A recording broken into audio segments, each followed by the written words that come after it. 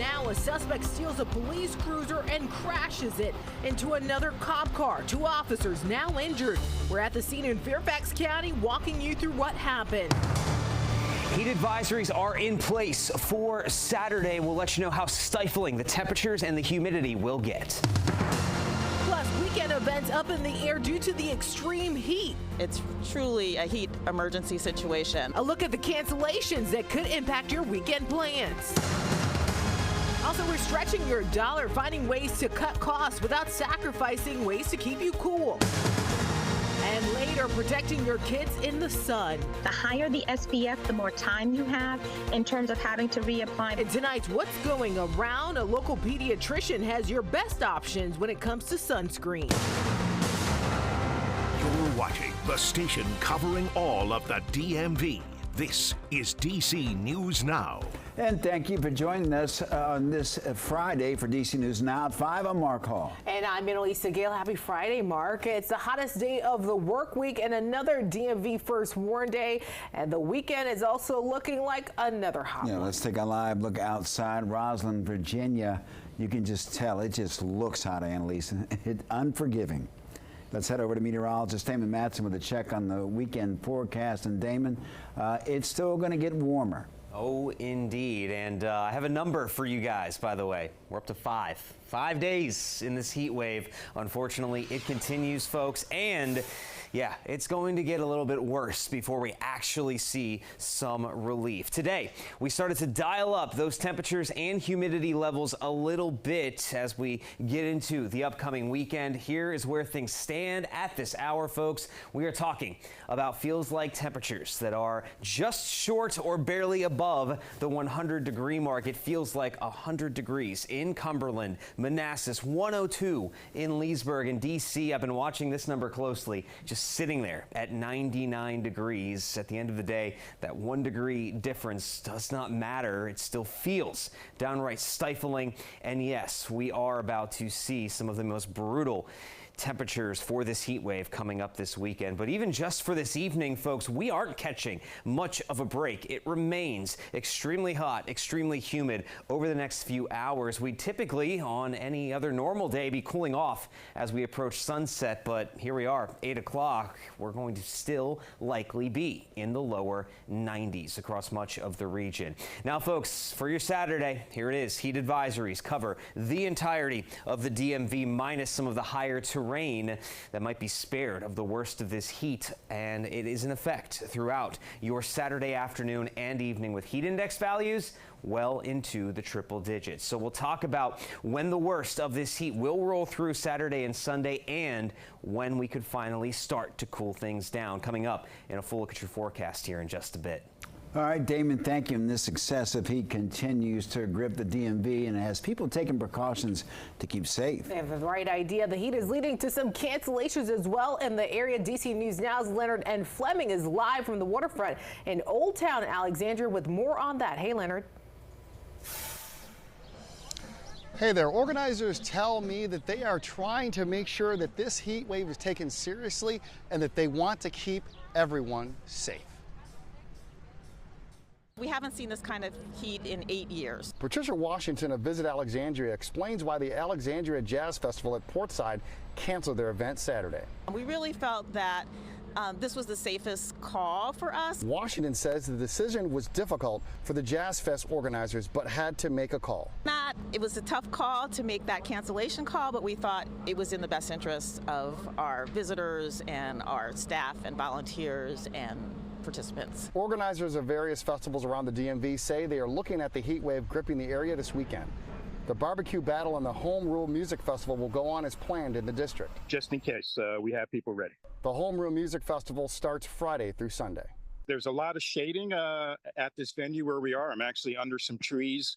We're going to have a lot of tenting. Many of our sponsors, including DC Water, will be out here with free water with misting tents. Even though the Jazz Fest is canceled for tomorrow, there still is jazz tonight from 6 p.m. to 9 p.m. Reporting in Alexandria, Leonard and Fleming, DC News Now, back to you. All right, Leonard, thank you. Maryland Governor Wes Moore is putting a stated preparedness plan in place ahead of this weekend's heat wave. This directs the Maryland Department of Emergency Management to prepare for extreme heat and humidity. Now, preparedness recommendations include avoiding leaving children and pets inside of cars, avoiding alcohol, caffeine, and large amounts of sugar, which can be dehydrating. Limit exercise and outdoor activity between 11 a.m. and 3 p.m. Now, if you're active, drink 16 to 32 ounces of water each hour and drink enough water whether you're exercising or not. And know where your local cooling centers are located. And for the latest on this heat wave, visit our website right now, dcnewsnow.com, and click DMV Extreme Heat under the Weather tab, or just scan the QR code right there on your screen. Well, in Fairfax County, police are investigating after a suspect stole a police car and crashed into another cruiser. It happened around 11:30 this afternoon. Yeah, one on Government Center Parkway near Federalist Highway. That's where our Mariel Carbone joins us live with the latest. Mariel.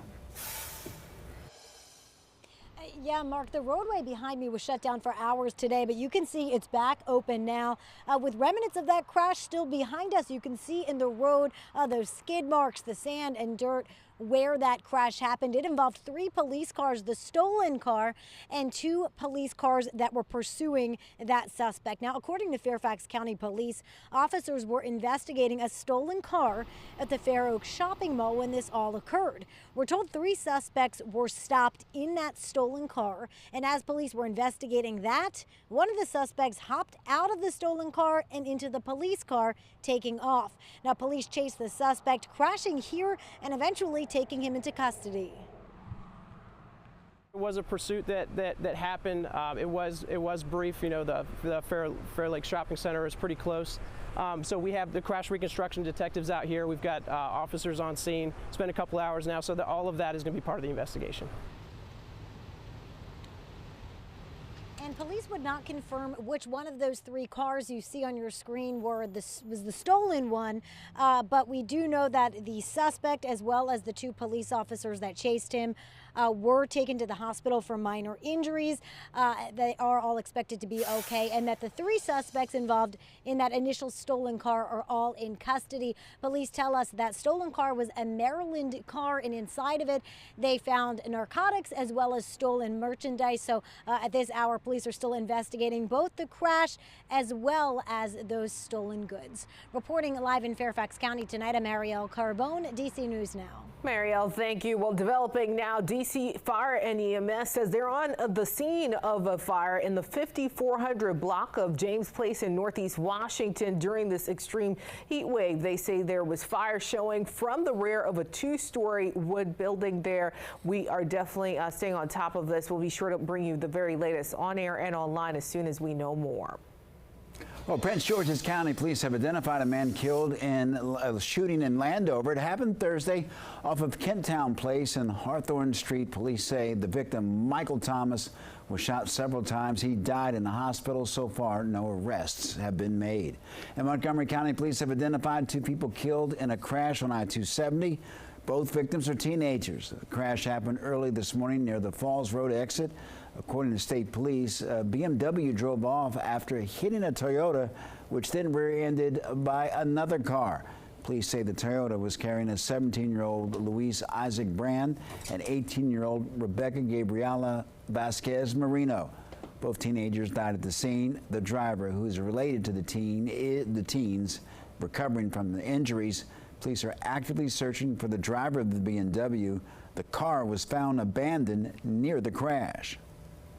New details. The FBI says that they now know who brutally murdered 2 young women in Shenandoah National Park nearly 3 decades ago. Yeah, they've linked the killer to a convicted serial rapist from Ohio who died in prison back in 2018. Max Marcilla joins us with the latest. These posters were a call for help. The FBI has been asking for any information in an attempt to bring closure to the families of Lolly Winans, who was 26, and Julie Williams, who was 24. They were killed at their campsite near the Skyland Resort at Shenandoah National Park in May of 1996. We are proud to stand here and tell you we now know who is responsible for this heinous crime. As it turns out, the information investigators were looking for was with them the whole time. DNA evidence, which recently was entered into a national DNA database, found a match: Walter Leo Jackson Sr. Those matched results confirm a certainty that is rarely seen. 1 in 2.6 trillion. Julie was the yin to Lolly's yang. Author Catherine Miles wrote a book called Trailed about the murders, and in her reporting, she says she got to know the young women. She says they met and bonded over their love for the wilderness and were in a relationship. For an entire generation of people, especially people who identify as women or as LGBTQ+, this really sort of ended their relationship with the wilderness. It really was, so scary and so disturbing. For these two women's families, it's a long-awaited day, but Miles says it's one that could come with mixed emotions. Because Jackson is deceased, he will never stand trial. There will never be a conviction. There will never even be an arrest. And so in a lot of ways, this case will never actually be closed. All right, that was Max Marcillo reporting there. Well, in Prince George's County, a new EV station has opened in Fort Washington. 2 new DC fast charging stations will be available for people to use as a result. The new additions is a part of the county's commitment to clean energy and sustainable transportation solutions. These are important because it's the future, and our lives depend on it, frankly. It increases affordability. It saves the environment, and so for customers, they're making decisions not only based on the environment, but based on their pocketbooks. The county hopes to have at least 100,000 EV charging stations by 2030. Well, happening now, preparations for the 2024 Miss Maryland pageant are underway at Hagerstown's historic Maryland Theater. More than 35 teens and ladies from across the state are vying to be crowned Miss Maryland and Miss Maryland's teen. The winners will get to compete for Miss America or at the Miss America pageant later this year. Thousands of dollars in scholarships will be awarded to the top finalists and winners. Now, contestants are competing in talent, interview, fitness, and evening gown competitions. Tonight is the final teen competition. Tomorrow night is the ladies' finals.